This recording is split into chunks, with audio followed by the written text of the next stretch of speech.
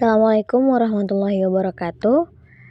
Kami dari kelompok 1 ingin menjelaskan kaitan jalur rempah terhadap kolonialisme di Indonesia.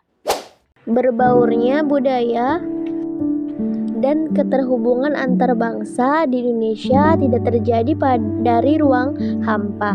Pada abad-abad lampau, kehadiran para pedagang lintas bangsa memegang peran kunci terhadap asimilasi budaya yang masih bisa kita lihat jejaknya dari berbagai cagar budaya dan banyak warisan budaya tak benda di Indonesia. Hal tersebut terjadi karena komoditi rempah yang berasal dari banyak kepulauan di Nusantara terlibat lalu lalang dalam perniagaan masa lalu sehingga menjadi salah satu rute budaya yang dikenal sebagai jalur rempah.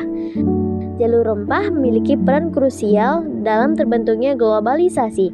Sebagaimana jalur sutra yang menghubungkan timur dan barat, jalur rempah juga menjadi pusat interaksi budaya, ekonomi, politik, hingga agama. Adanya jejak-jejak bangsa asing di pulau penghasil rempah menjadi bukti nyata bahwa rempah memang tidak hanya berperan sebagai komoditas, namun juga memiliki andil dalam terciptanya Indonesia hari ini yang multi etnis. Cita rasa yang berasal dari rempah tidak hanya melahirkan ribuan kapal dari luar Nusantara berlabuh, namun juga menciptakan suatu titik dan jejak budaya maupun tradisi yang bisa kita rasakan hari ini. Hal yang sekaligus menjadi bukti bahwa poros maritim yang dimiliki Indonesia sudah berdiri sedemikian berpengaruh terhadap masa depan negeri ini jauh sebelum Indonesia terbentuk.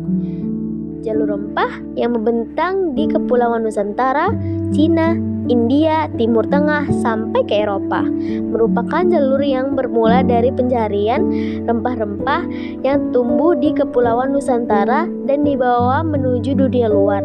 Rempah-rempah yang awalnya digunakan masyarakat setempat untuk memenuhi kebutuhan sehari-hari, misalnya untuk kesehatan, bumbu hingga ritual, berhasil mencuri perhatian dunia dan berhasil menjadi penggerak perekonomian dunia.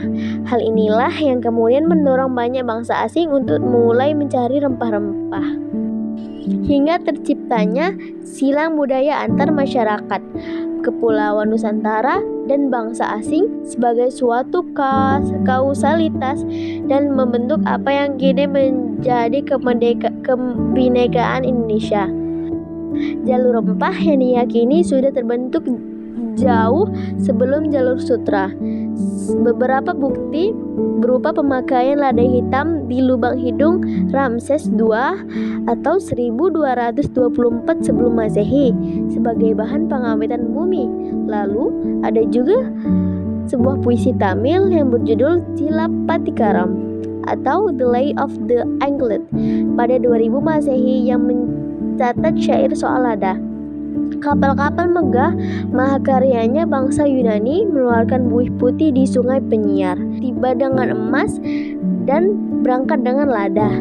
Menjadi fakta menarik yang perlu ditelusuri lebih jauh soal dari mana rempah itu berasal dan kapan pertama kalinya jalur rempah itu ada. Itu fakta bahwa Kepulauan Nusantara telah dihuni orang laut atau suku Banjau yang kerap berpetualang sejak berabad-abad lalu dan ditinggal di hampir seluruh perairan Nusantara. Juga menjadi fakta yang bisa ditelusuri lebih jauh dan sampai di mana saja jejak-jejaknya. Jalur rempah adalah satu sudut pandang yang kita butuhkan untuk melihat peran masyarakat Nusantara selama berabad-abad lalu. Hal yang sekaligus berguna sebagai upaya rekonstruksi sejarah, geografi, serta sudut pandang baru bagi kita dalam melihat kembali lautan dan bukan melulu memunggunginya. Sesuatu jejak yang begitu berharga dan penting untuk kita telusuri kembali pada masa ini. Sekian, terima kasih. Wassalamualaikum warahmatullahi wabarakatuh.